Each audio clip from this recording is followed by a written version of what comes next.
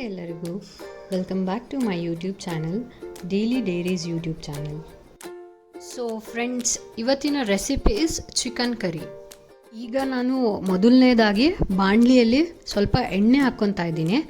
And ಇವಾಗ ಒಂದು 3 ಚಕ್ಕೆ ಹಾಕ್ಕೊಂಡಿದ್ದೀನಿ, ಆ್ಯಂಡ್ 2 ಏಲಕ್ಕಿ ಹಾಕ್ಕೊಂಡಿದ್ದೀನಿ, ಆ್ಯಂಡ್ ಅರ್ಧ ಟೇಬಲ್ ಸ್ಪೂನಷ್ಟು ಮೆಣಸು ಹಾಕ್ಕೊಂಡಿದ್ದೀನಿ, ಆ್ಯಂಡ್ 3 ಲವಂಗ ಹಾಕ್ಕೊಂಡಿದ್ದೀನಿ.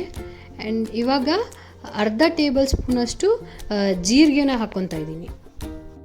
ಈಗ ನಾನು ಇದಕ್ಕೆ 2 ಟೇಬಲ್ ಸ್ಪೂನಷ್ಟು ಕೊತ್ತಂಬರಿ ಕಾಳು ತೊಗೊಂಡಿದ್ದೀನಿ. ಅದನ್ನು ಹಾಕ್ಕೊಂಡ್ಬಿಟ್ಟು ಎಣ್ಣೆಯಲ್ಲಿ ಫ್ರೈ ಮಾಡ್ಕೊತಾ ಇದ್ದೀನಿ. ಈಗ 2 ಇಂಚು ಶುಂಠಿ, 3 ಬೆಳ್ಳುಳ್ಳಿ ಹಾಕ್ತಾಯಿದ್ದೀನಿ. ಆಮೇಲೆ ಇವಾಗ ಒಂದು 8 ರಿಂದ 10 ಕೆಂಪು ಮೆಣಸಿನ್ಕಾಯಿ ಹಾಕ್ತಾಯಿದ್ದೀನಿ. ಇದನ್ನು ಇವಾಗ ಹುರ್ಕೊತಾ ಇದ್ದೀನಿ. ಇದಾದಮೇಲೆ 1 ಈರುಳ್ಳಿನ ಹಾಕ್ತಾಯಿದ್ದೀನಿ. ಒಂದು ಈರುಳ್ಳಿ ಹಾಕಿ ಅದನ್ನು ಫ್ರೈ ಮಾಡಿಕೊಂಡು ಇವಾಗ 1 ಟೊಮೆಟೊನ ಆ್ಯಡ್ ಮಾಡ್ತಾಯಿದ್ದೀನಿ.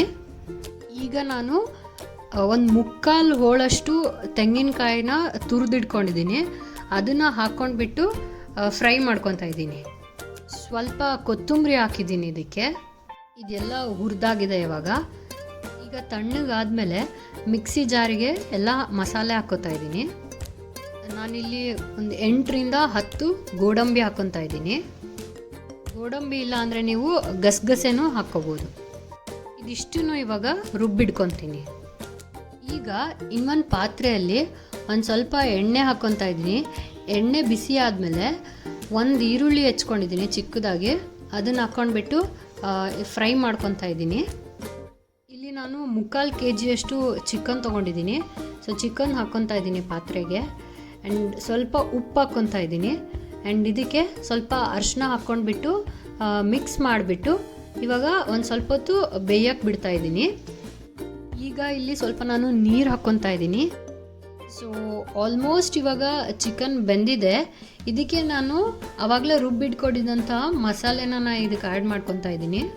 ಈಗ ನೀರು ಎಷ್ಟು ಬೇಕೋ ಅಷ್ಟು ಆ್ಯಡ್ ಮಾಡ್ತಾಯಿದ್ದೀನಿ. ಇದನ್ನು ಸ್ವಲ್ಪ ಹೊತ್ತು ಕುದಿಯಕ್ಕೆ ಬಿಟ್ಟರೆ chicken curry is ready to eat. So that's it friends. ಈಸಿಯಾಗಿ ನೀವು ಚಿಕನ್ ಕರಿನ ಮನೆಯಲ್ಲೇ ಕುಕ್ ಮಾಡ್ಕೋಬೋದು. ವಿಡಿಯೋ ಇಷ್ಟ ಆಗಿದರೆ ಲೈಕ್, ಶೇರ್ ಆ್ಯಂಡ್ ಸಬ್ಸ್ಕ್ರೈಬ್ ಮಾಡಿ. Thank you. Bye everyone.